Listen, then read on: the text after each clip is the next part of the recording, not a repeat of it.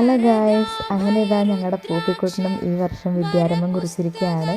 പൂപ്പിക്കുട്ടൻ്റെ ലൈഫിലെ പ്രധാനപ്പെട്ട ഒരു നിമിഷം എന്ന് തന്നെ വേണമെങ്കിൽ പറയാം. ഞങ്ങൾക്ക് നല്ല ടെൻഷൻ ഉണ്ടായിരുന്നു. അവൻ ഇരിക്കുമോ, എഴുതുമോ, വാശി പിടിച്ച് കരയുമോ എന്നൊക്കെ ഉള്ളൊരു പേടി ഉണ്ടായിരുന്നു. പക്ഷേ ആൾ നല്ല ഹാപ്പി ആയിട്ടിരുന്ന് എഴുതി. അപ്പം ഞങ്ങൾ ഭയങ്കര ഹാപ്പിയായി. സരസ്വതി ക്ഷേത്രത്തിലാണ് നമ്മൾ എഴുത്തിനിരുത്തിച്ചത്. അപ്പോൾ ആ അമ്പലത്തിൽ തന്നെ വൈകിട്ട് താലപ്പൊലിയൊക്കെ ഉണ്ടായിരുന്നു. അപ്പോൾ പൂപ്പിക്കുട്ടനെ കൊണ്ട് ഞാൻ താലപ്പൊലിയൊക്കെ എടുപ്പിച്ചിരുന്നു. നമ്മുടെ ഈ കൊല്ലം ഏരിയയിൽ കുഞ്ഞുങ്ങളെ കൊണ്ടൊക്കെ താലപ്പൊലി എടുപ്പിക്കാറുണ്ട്. ആൺകുട്ടികൾ പെൺകുട്ടികളൊന്നുമില്ല.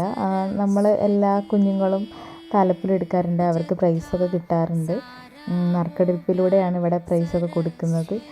അപ്പോൾ ആദ്യമായിട്ട് പൂപ്പിക്കുട്ടൻ താലപ്പൊലി എടുത്തതും ഈ ക്ഷേത്രത്തിൽ തന്നെയാണ്. അപ്പോൾ ഈ വർഷവും അവനെക്കൊണ്ട് ഞങ്ങൾ താലപ്പൊലി എടുപ്പിച്ചു. വിദ്യാരംഭം കുറിച്ച അമ്പലത്തിൽ തന്നെയായിരുന്നു താലപ്പൊലി. അപ്പോൾ ഈ വർഷവും പൂപ്പിക്കുട്ടൻ്റെ നറുക്കെടുപ്പിലൂടെ പ്രൈസൊക്കെ കിട്ടി.